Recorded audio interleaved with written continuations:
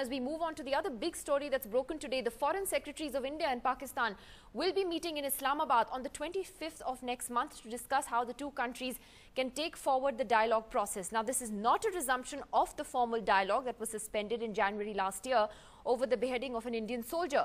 The two senior officials will essentially meet to discuss how the two countries can move forward from here and in what format.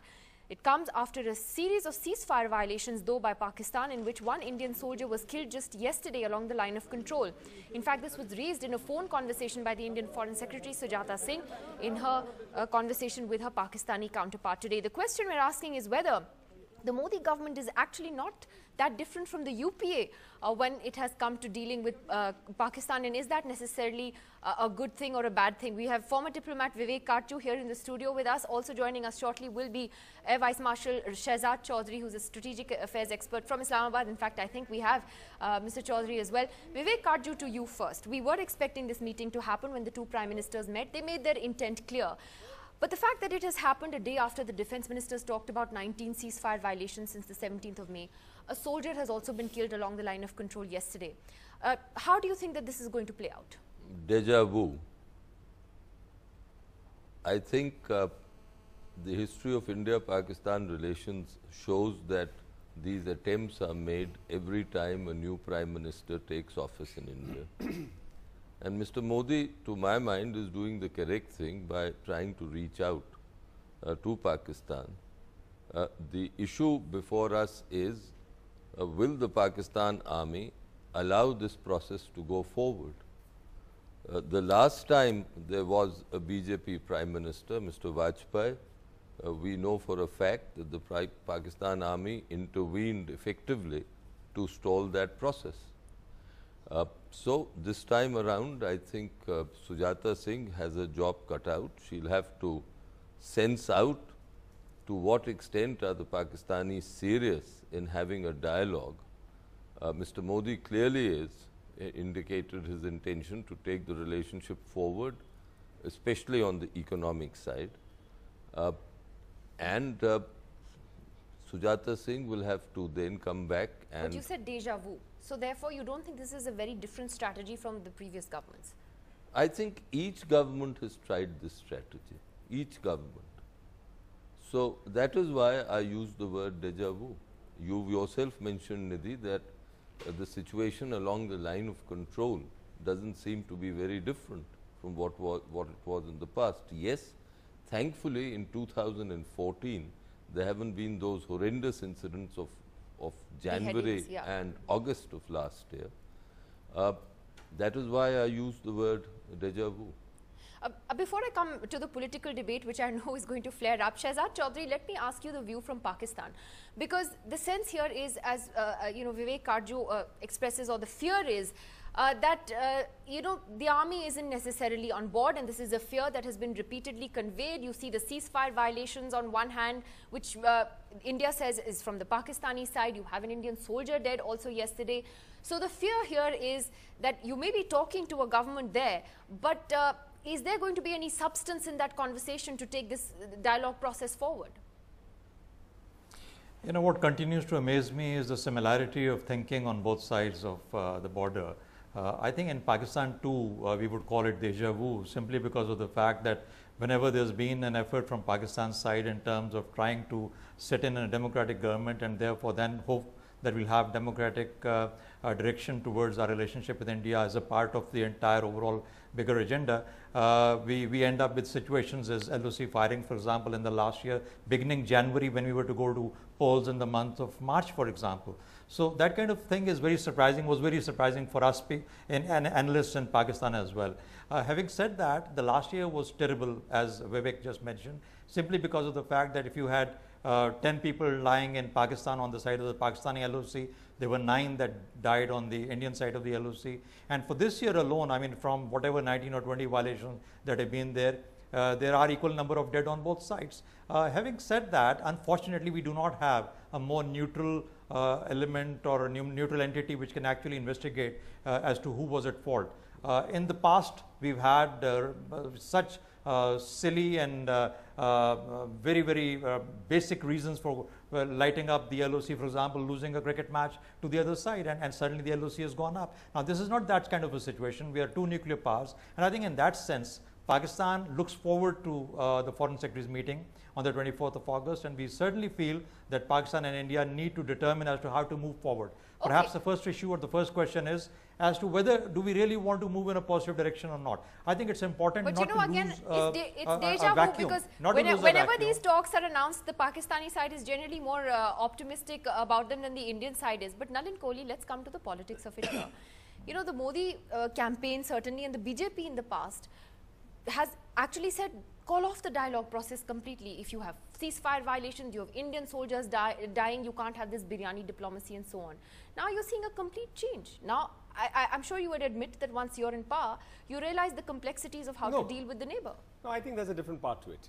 First is there is an unfair way of looking at it. You're looking at a 10-year government's policy, and if, for an example, the Defence Ministry has just signed deals worth about 21,000 crores, which were pending fire for a long time. So a government that hardly moved in the past cannot be compared with a government that has come into power.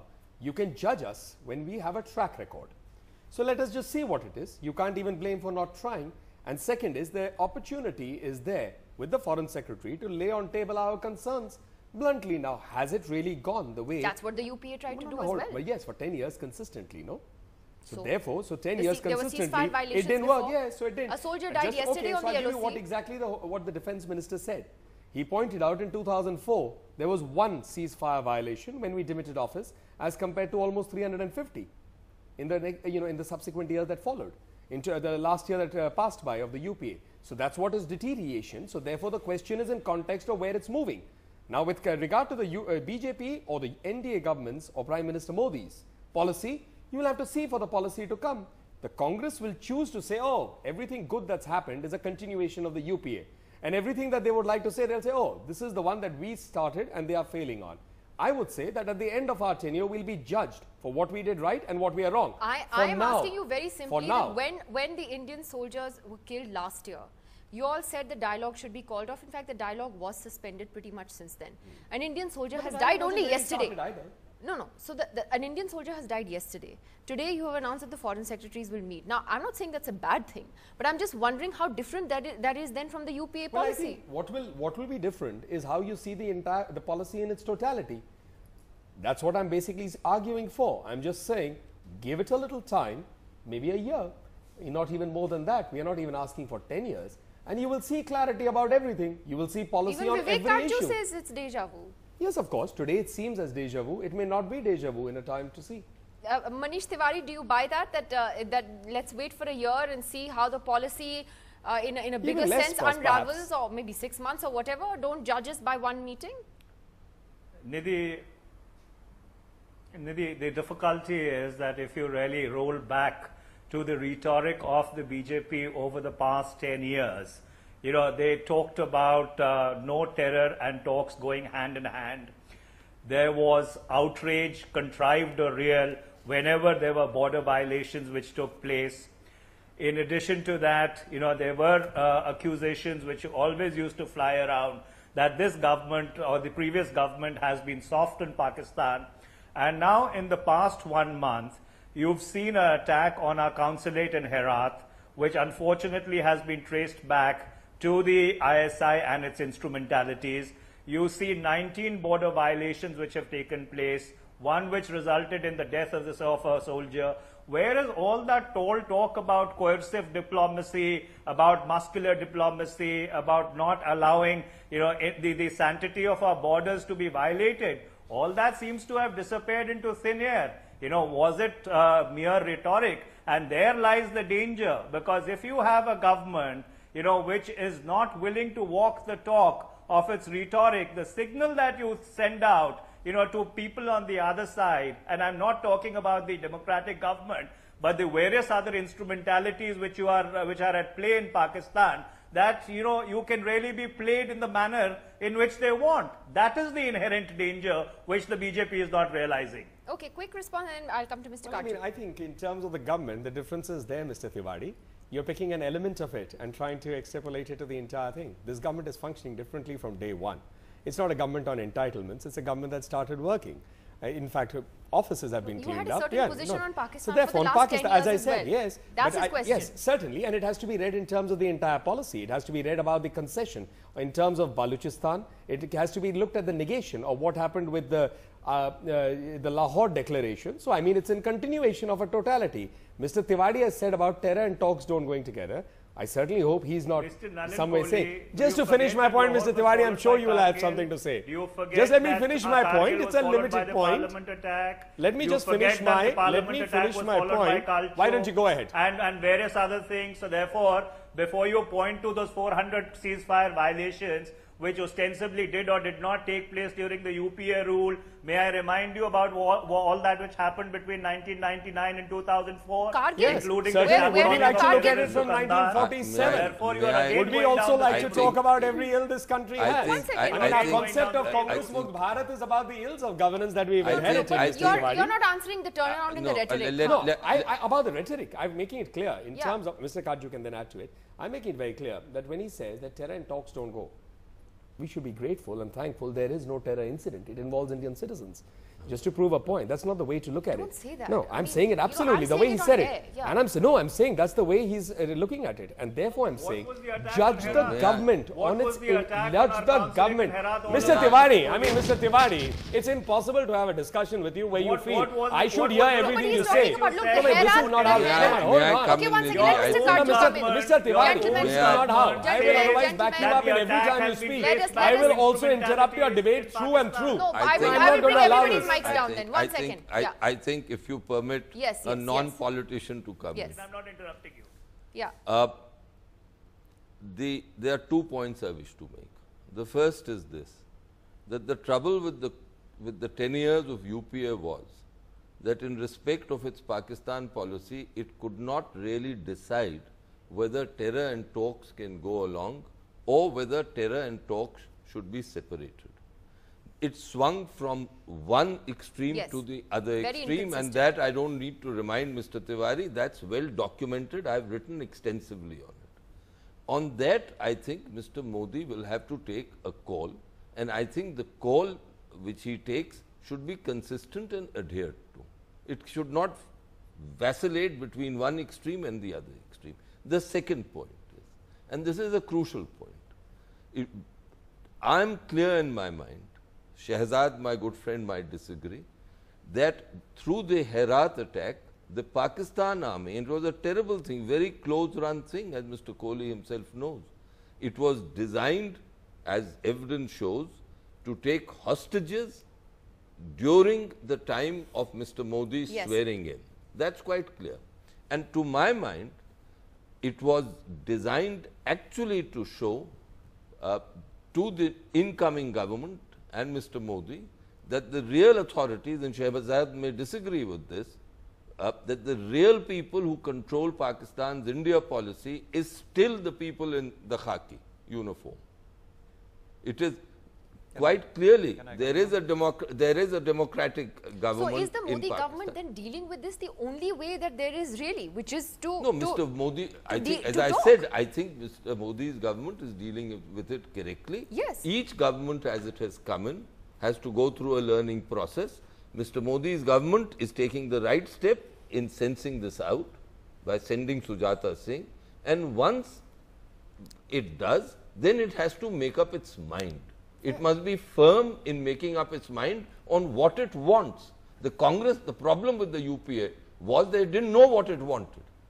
Okay, let me just get Shehzad Chaudhary here. Shehzad Chaudhary, what is May then I the come view? in for a moment? Yes, May Manish, I give me come in one for a second. moment? I just want, A quick before we word. lose our link to Pakistan, I just want to ask Shehzad Chaudhary that what is the view from there then Yeah, regarding the Modi government's policy with Pakistan? Because certainly the invitation to Nawaz Sharif was very widely welcomed. But then what from here? What next? Yeah, just quickly, just a couple of points. One, that Pakistan is already stuck on its western front. I don't know, obviously would not like a second front to be created. That's not in Pakistan's interest. So, but we really don't know whose interest would it be to initiate a second front with Pakistan, and this is in terms of the LoC violations. The second aspect is on the Herat incident or Herat event. I mean, if Pakistani intelligence was behind this, perhaps Jalalabad or Kandahar would have been much closer targets. for a Pakistani intelligence to actually traverse the entire Afghan territory and take out Herat is a strange sort of a Shehzad, that doesn't wash. I'm sorry. It may not wash with you, but let me just give you my point of view. Secondly, the Taliban are as much keen that Pakistan and India might begin to go into confrontation rather than Pakistani military pursuing the Taliban, which was the case before Pakistan went into North Waziristan. So, in fact, the predisposition that we have in India does not let them think any other way. Thirdly, as far as the army is concerned, remember, India has been very comfortable with General Musharraf and his way of doing things. So, even if the Pakistan army was a part of the power structure as you perceive, well, I think it will perhaps be more sanguine in terms of how the relationship with India must evolve and develop. If you believe that that is the case, then obviously what has been happening since Mr. Modi came to power is a good thing. Finally, I think Mr. Modi's own policy on Pakistan is gradually fermenting. I think the last time that we met together with some Indian friends at another place, at a third location, we sensed that India or Mr. Modi or the BJP had not yet actually formulated their Pakistan policy with as much of clarity. And I think this meeting of the foreign secretaries is a key in terms of determining and listening out to how Mr. Modi wants to proceed with Pakistan. And similarly for Pakistan, I think you make a valid point there. Yeah, that in a sense, then this meeting will sort of set the agenda going forward. Last quick comments to Manish Tiwari and Mr. Karju. Yes. I'd like to say a word. Yeah, sure. I just wanted to make a distinction here. Our friend from Pakistan, talked about the power structure and about the army and General Pervez Musharraf's role. The difficulty is it does not seem that the civilian government and the army are really on the same page at the moment in Pakistan. So there seems to be a rupture or a fracture in that relationship, as it's seen from here. And to Mr. Vivek Karju, I would just like to make the point that, well, in the sense, yes, we will deal with what we get, but the point you were trying to make about being on the same page, I don't think that they are on the same page. And to Mr. Karju, I would quickly like to say that unlike the NDA or unlike the BJP, when the UPA came into office, there wasn't this chest thumping of coercive diplomacy and biryani diplomacy and terror and talks not going hand in hand. This government actually has carried a baggage into office, and if in the last 10 years they have not been able to make up their mind on Pakistan, then I'm afraid you will not see that happening in the next 5 years also, Mr. Karju. No, okay. I'm not involved in your rhetoric with Mr. Kohli, Mr. Tiwari. I'm only making the point that you couldn't decide. Please, Mr. Tiwari, may I have a word in? I know politicians like to hear their own voice, but please, may I have a word in? All that I'm saying is, it's so do bureaucrats, unfortunately. Well, I'm not a bureaucrat. I'm a former diplomat. And so do journalists. We may as well. But especially let me mention, it's well documented that on some occasions you said terror and talks can't go along. But for example, in Sharm el-Sheikh, it was not only Baluchistan which was put on the table. The Sharm el-Sheikh joint declaration was very badly worded. Clearly that terror and talks will, in a sense, go together. That they'll be delinked. That they will be delinked. You're absolutely right. So all that I'm saying is, you couldn't make up your mind. I hope I hope and I'm confident that Mr. Modi will decide on a course of action and then pursue gentlemen, it. I have to leave it at that. I'm really sorry. I'm completely out of town. Just forgive me, gentlemen. I have to take a break. There's been I will invite you all back once the foreign secretaries leave. Let's see. We did inherit the baggage of the UPA. You're correct about that. All right, I will let you take this offline. I have to take a break. There has been another plane crash tonight. I do need to go across to bring you the latest on that. So I'd like to thank all of you very much for joining us this evening. I'll take a quick break. We'll bring you up to date on that crash that has taken place in Taiwan this evening. More on that after the break.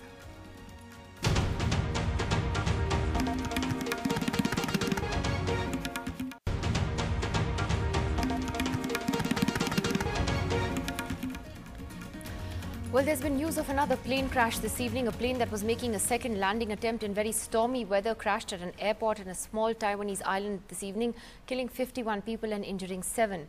The capital, the plane actually was heading from Taipei to the island Penghu, and halfway between the Chinese mainland and Taiwan in the Taiwan Strait, it came down. We'll have much more on that story a little later. Do join us again tomorrow for the show. Good night.